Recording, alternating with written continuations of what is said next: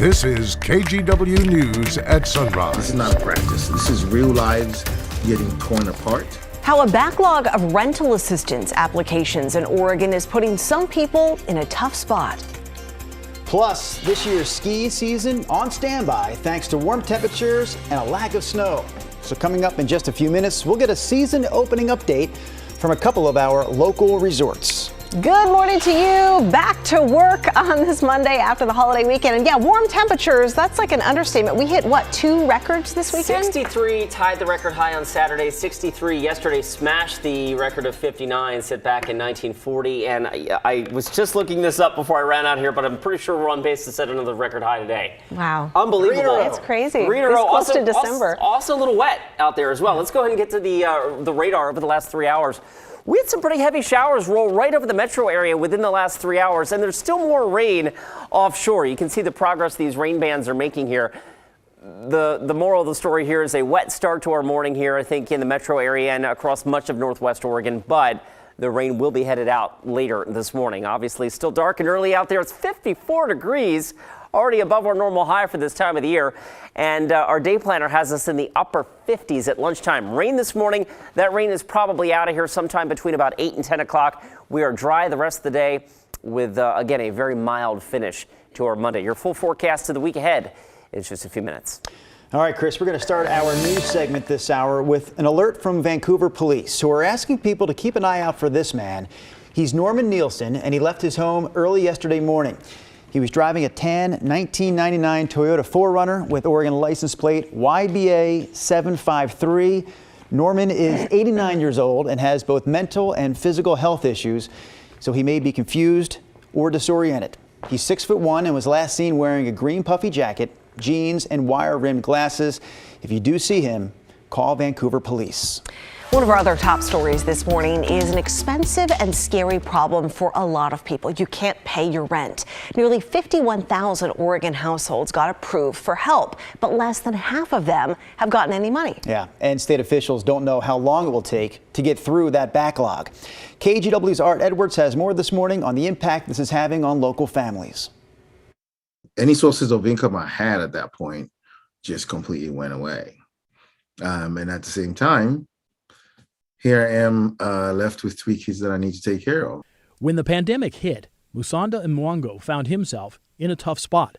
When he found out Oregon got $289 million in federal funding to help people pay their rent, he thought that there was some hope. I mean, for most of us that had kind of basically lost just about everything, any source of income that was there, it became one of those things where, like, man, thank you, God, we get a lifeline here. Accessing the lifeline has not been easy. Mwango said that it was challenging to fill out the application for the Oregon Emergency Rental Assistance Program. He filled out his application in June and was approved in August. He still hasn't received any funds, and he doesn't know when they'll arrive. This is an emergency. This is not a practice. This is real lives getting torn apart. So far, more than 22,000 applications have been approved, and nearly $150 million has reached renters. The state is pausing the program for 6 weeks, starting December 1st. Officials hope that will give them the chance to work through the backlog and get renters like Mwango the money they've been promised. The uncertainty of everything is just like, it's staring you in the face every waking moment. He met with Governor Brown last week and hopes lawmakers will convene a special session to look for new ways to help renters struggling with financial hardships because of the pandemic. Art Edwards, KGW News. All right, since tomorrow is the last day of the month, you have until midnight tomorrow, if you fall behind on rent, to apply for emergency funds. If you fall behind after Wednesday, that's December 1st, you should apply for local emergency rental programs like the ones in Multnomah, Washington, and Clackamas counties. A spike in overdoses and ER visits has local leaders sounding the alarm about fentanyl. Officials say they're tracking a possible cluster of overdoses in Clark County after ER visits spiked this month. They didn't say how many people overdosed, but they believe it's tied to an influx of illicit drugs like heroin and meth laced with fentanyl. Fentanyl is a synthetic opioid 50 times stronger than heroin, and it's often cut into other drugs without the user knowing. Earlier this month, our team on this story dug into Portland's meth crisis, and we talked to these 3 men in recovery from meth, and they talked then about the dangers of fentanyl. Just the other day, a friend of mine said 2 of his friends that he was in treatment with, in fact, Nick, died shooting the meth with fentanyl in it. They overdosed and died. See, you really don't, it's hard, excuse me, it's hard to overdose on meth. The fentanyl acting in the meth, it's not hard to overdose. It's just not. So in Clark County, deaths tied to fentanyl overdoses spiked 200% from 2019 to 2020. Officials said anyone using powdered drugs or pills not given to them by a pharmacist should automatically assume it contains the deadly drug.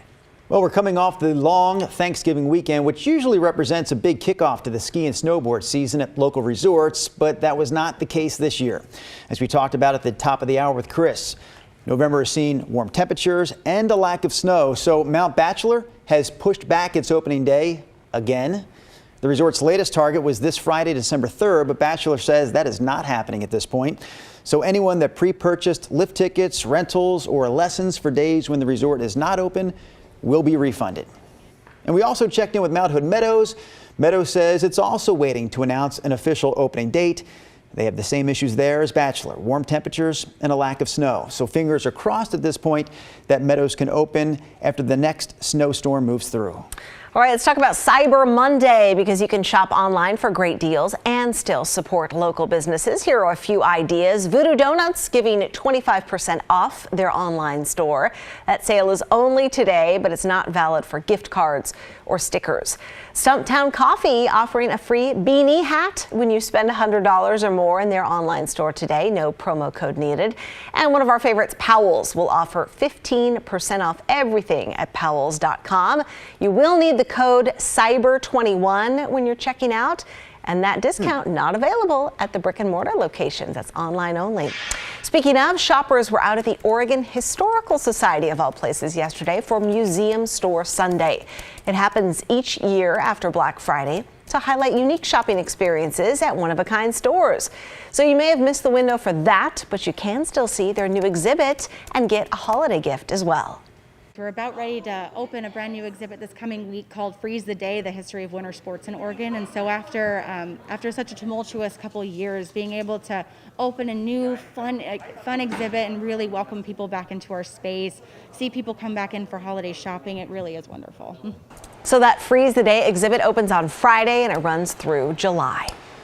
All right, Chris McGinnis, going to check in with you right now. You said at the top of the hour, record on Saturday with 63 degrees. Another record yesterday with 63 degrees. Could we hit a record today? Today's record high is 58. My forecast high for today, 58. So the short answer to your question is probably.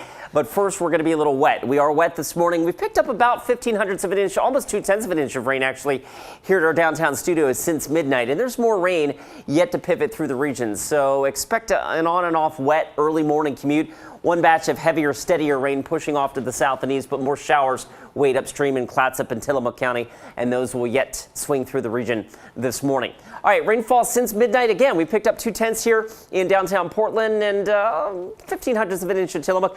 None of these are off the charts heavy, right? We didn't get quite as much rain last night as we expected to, but any little additional rainfall out there could make for some ponding and all that kind of stuff on the roadways. In fact, Futurecast likes Portland picking up at least another 1/10 or so before that rain swings out of here. And it will, because you can see the back edge of the rain now offshore here on the radar satellite loop. And to kind of further illustrate that, let me show you a Futurecast. This is this morning at 7 a.m. You can see the back edge of the rain now working its way through the North Oregon coast and eventually pivoting through the Willamette Valley.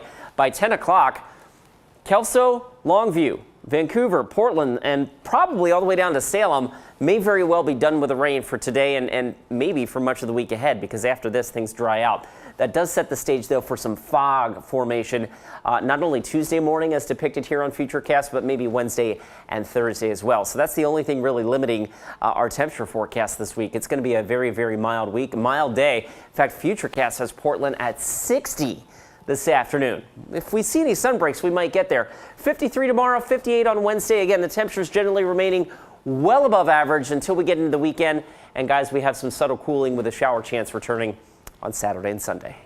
All right, Chris, we'll have more from Mr. McGinnis coming up here in just a few minutes. But coming up next on Sunrise, we're talking about that guy right there, former Washington State Cougar and NFL quarterback Drew Bledsoe, who's made a name for himself in Washington's wine industry.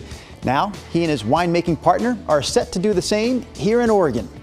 Before we get to that story, though, we have a Verify report this morning. Our Verify team looking into a claim about social media privacy. Some say simply posting a chain message on your profile can jeopardize your privacy. We're going to explain why that is not the case right after this.